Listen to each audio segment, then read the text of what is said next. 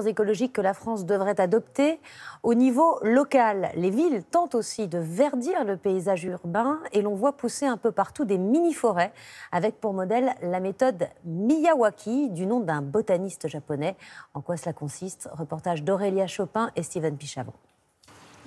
Elle n'a l'air de rien, comme ça, une petite branche, tout au plus, qui dans quelques années va pourtant devenir un chêne parmi d'autres. L'idée, c'est que les racines ne soient pas trop tassées. C'est le concept, d'abord, qui a réuni ces bénévoles sur le campus de Nanterre, planter rien de moins qu'une forêt au milieu du béton, à 2 pas d'une voie rapide. Là, on est en plein dans cette période qui est un peu difficile pour tous. Donc, c'est un espoir d'amélioration et d'oxygène. Ça se trouve, dans quelques années, je passerai là et je me dirais j'ai planté cette forêt et j'étais là et ça marche bien et on peut tous le faire, quoi. Allez plutôt au fond maintenant. Planter, mais pas n'importe comment. Plus de 600 arbres, 30 espèces locales différentes sur une toute petite parcelle. 250 mètres carrés ici, c'est le principe de la micro-forêt urbaine. Et les arbres ne sont pas gênés par la proximité avec les autres, bien au contraire.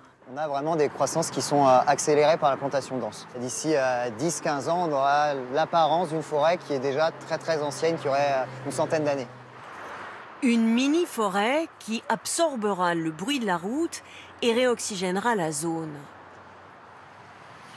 Voici l'une des premières micro-forêts françaises à Vincennes. Elle n'a qu'1 an et demi. Grâce à cette méthode de plantation dense, elle pousse 10 fois plus vite qu'une forêt classique. Ce qu'on cherche, c'est 2 choses. C'est à la fois la symbiose entre les arbres, cette entraide, mais aussi la concurrence, puisque chaque arbre va aller chercher la lumière et va chercher à aller capter la lumière plus vite que le voisin, parce que finalement, il y a une forme de concurrence qui s'installe. C'est un discret botaniste japonais de 92 ans, Akira Miyawaki, qui a inventé ce concept de microforêt pour reboiser les zones abîmées par l'homme et régénérer les sols. Sa méthode essaime dans le monde depuis 10 ans. Aux Pays-Bas, on adore. Les mini-forêts fleurissent dans les centres-villes. En Inde aussi, voici le résultat déjà impressionnant d'une plantation assez jeune. En France, on en est encore au tout début. La ville de Taverny, elle, a pris les devants. 3 mini-forêts déjà, et des habitants qui en redemandent. J'espère que ça va se développer un peu plus. En tant qu'habitant de Taverny, je trouve que c'est top. Ça va pas être très grand, quoi, pour la population qu'on est, je pense. C'est pas assez. Il en faudrait plus? Ouais. Mais quelle différence avec un espace vert classique? Cette petite forêt sera trop touffue pour qu'on s'y promène et deviendra rapidement autonome. Au début, il faut l'entretenir, évidemment, il faut arroser les premières années. Et puis à terme, au bout de 3-4 ans, ça commencera à être autonome. Et on pourra laisser la forêt s'entretenir elle-même, en tout cas de la mini-forêt.